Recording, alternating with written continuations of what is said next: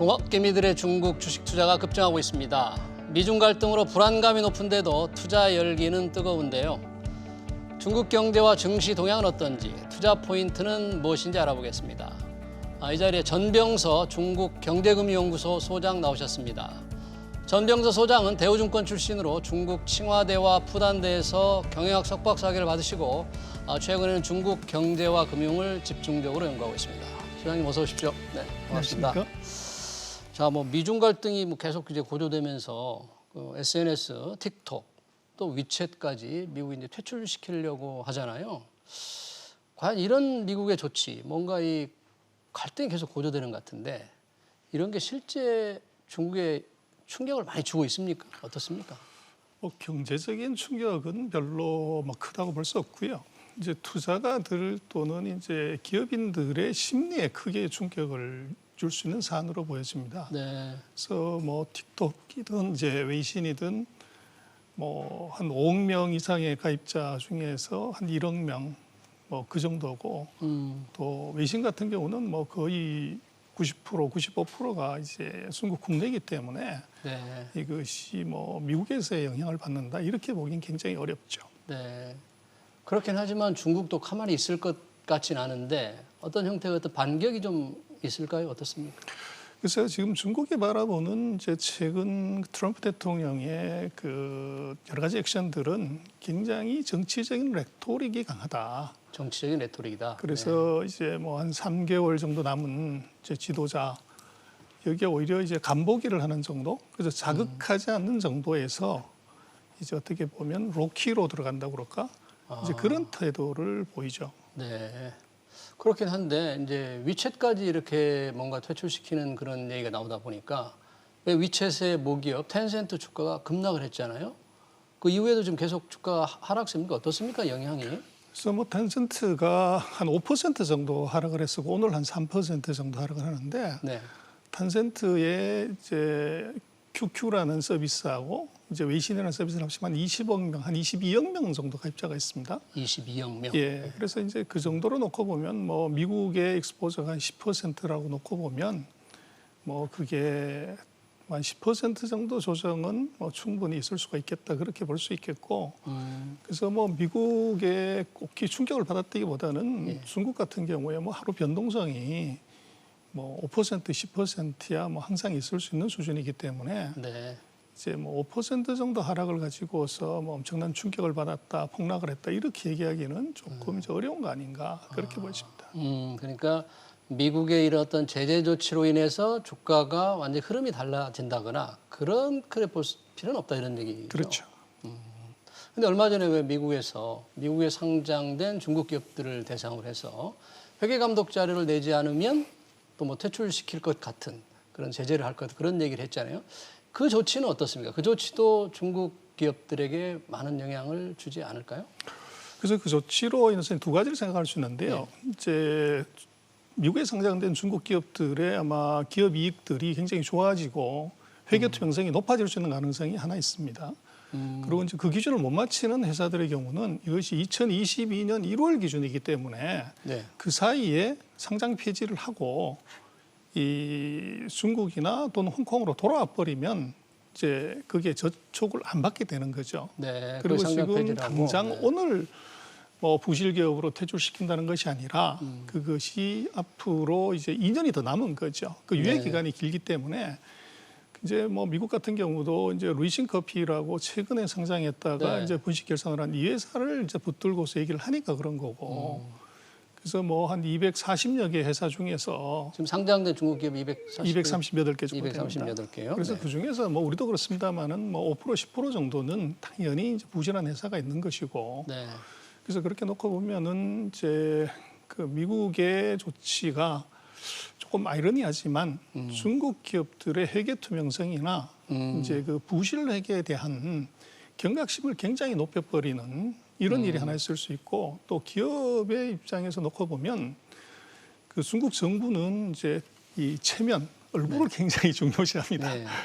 그래서 해외에 가서 부실 회계로 상장 폐지가 되면 본국으로 돌아왔을 때 이제 본국법에 의해서 제재를 받고 네. 대주주나 임원진들이 다 감옥을 가는 그런 일이 벌어질 수 있기 때문에 어떻게 보면 해외 투명성 이제 이런 부분에서 굉장히 이제는 신경을 쓰는 그런 이제 역효과라고 그럴까 중국 기업으로 보면 그런 현상이 나타날 가능성이 미국 있어요. 투자자들한테 보기에는 오히려 중국 기업들 투명성이 높아진다면 더 좋겠네요.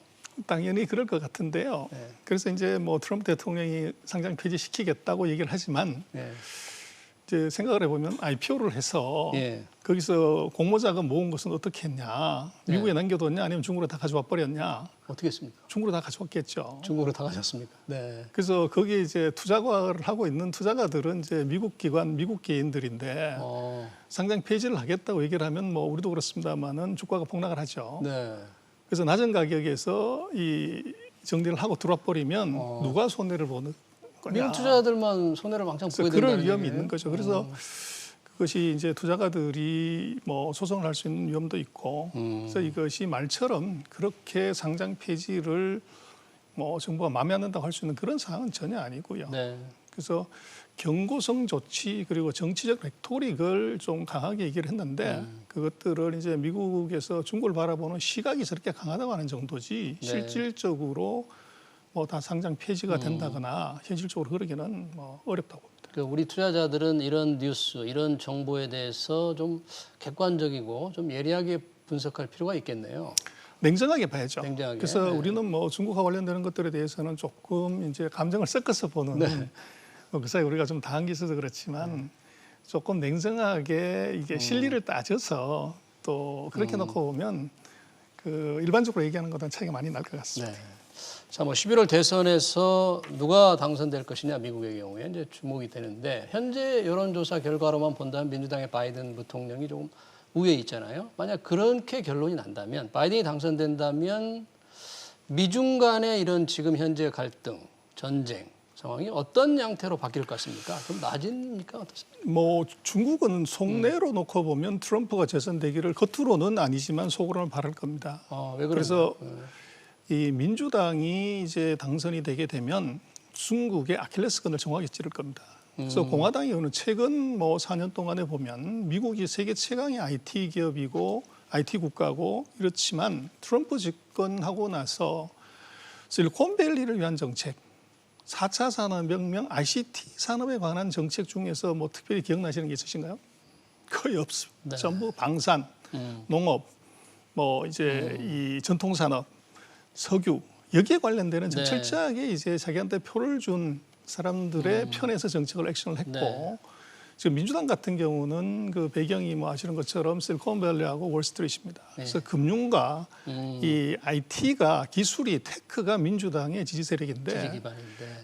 전통 제조업에 이 기반을 한 무역 전쟁을 가지고서 미국이 중국을 이기는 건 쉽지 않습니다. 네. 그러나 중국의 치명적인 이제 약점은 기술, 테크, 특히 ICT 기술하고 금융이죠. 네. 그래서 제가 볼 때는 미국이 그 제조업의 무역의 칼로 중국을 길들이는 것은 그것은 어렵다. 그러나 이 기술의 창으로 찌르고 금융의 칼로 해부를 들어가게 되면 중국은 아주 치명타를 입을 가능성이 높습니다. 그래서 바이든이 된다고 하면 중국으로서는 이제 굉장한 강적을 만나게 되는 것이고 네. 반대로 이제 우리 뭐 투자가들 입장에서 놓고 보면 네.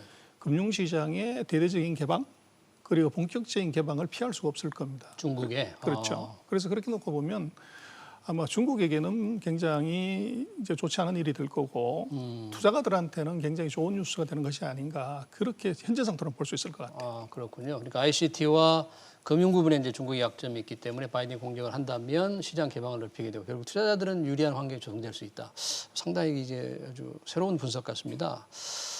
지금 그렇지 않아도 이 한국의 투자자들이 중국 투자를 굉장히 많이 하고 있어요. 요즘 상황이 어느 정도나 투자를 우리가 많이 하고 있습니까?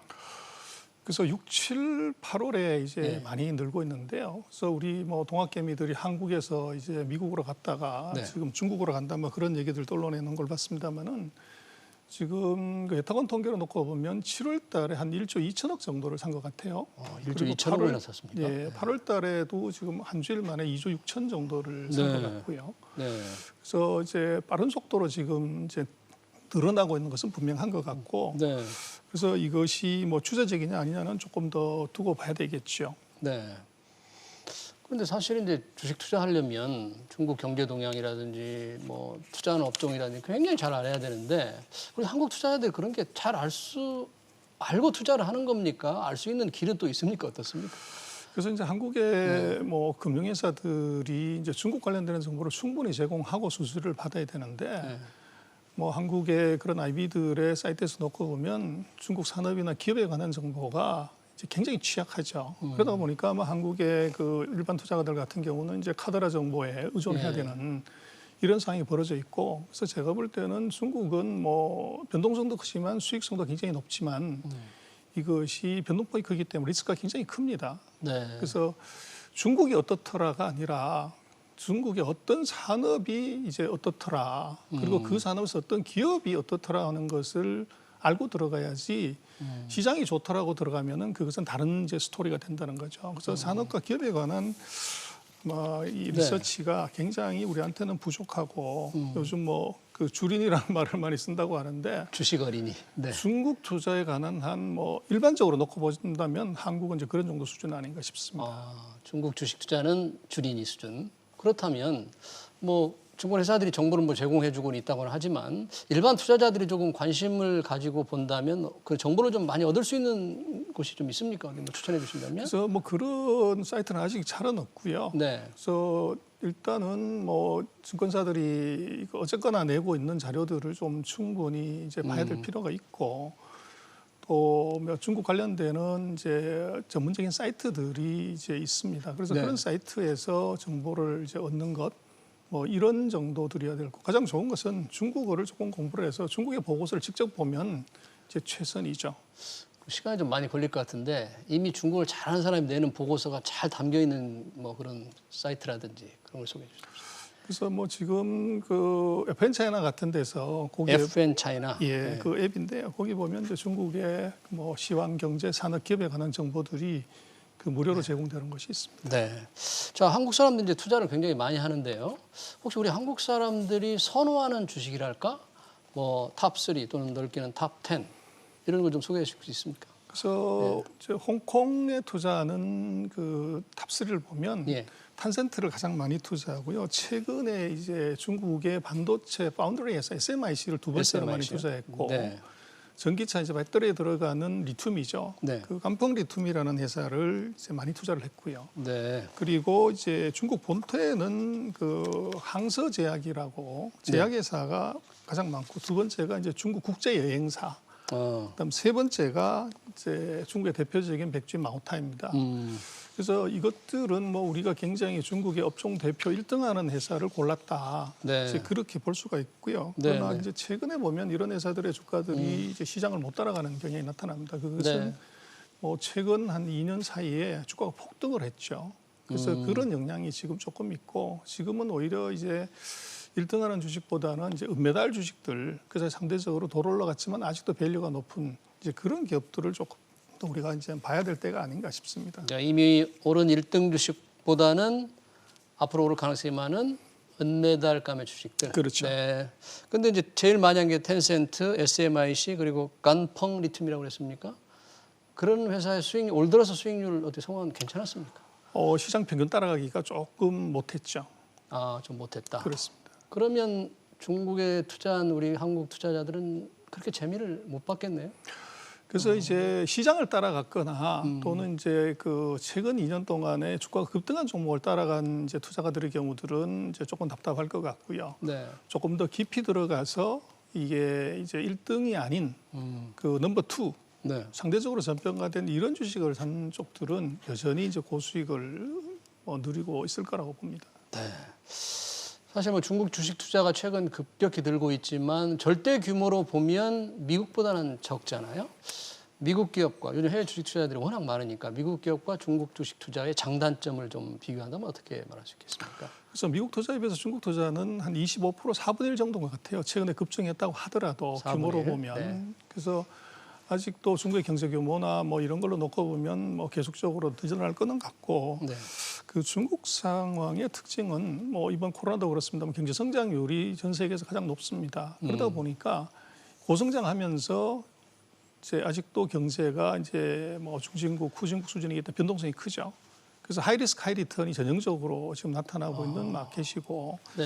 그래서 이게 변동성 관리를 잘하면은 그것은 뭐 굉장히 큰 수익을 볼 수 있지만 그 변동성을 거꾸로 타면 이제 엄청난 손실을 볼 수 있는 리스크가 있습니다. 네. 그래서 변동성 관리를 이제 잘하는 것이 중요하고 음. 그리고 이제는 중국 시장에 전 세계 투자가 다 투자하기 때문에 이 시장을 따라가서 투자하는 것은 이미 지난 것 같아요. 그래서 이 섹터 종목 쪽에 어떻게 포커스하고 제대로 고르냐 이제 거기에서 답이 나올 것 같습니다. 네. 아까 말씀하신 대로 중국의 산업 그리고 중국의 기업을 좀 더 정밀하게 연구를 할 필요가 있다 그런 얘기네요. 그렇습니다. 네. 알겠습니다. 시간 관계상 오늘 여기까지 듣겠습니다. 지금까지 전병서 중국경제금융연구소 소장이었습니다. 고맙습니다.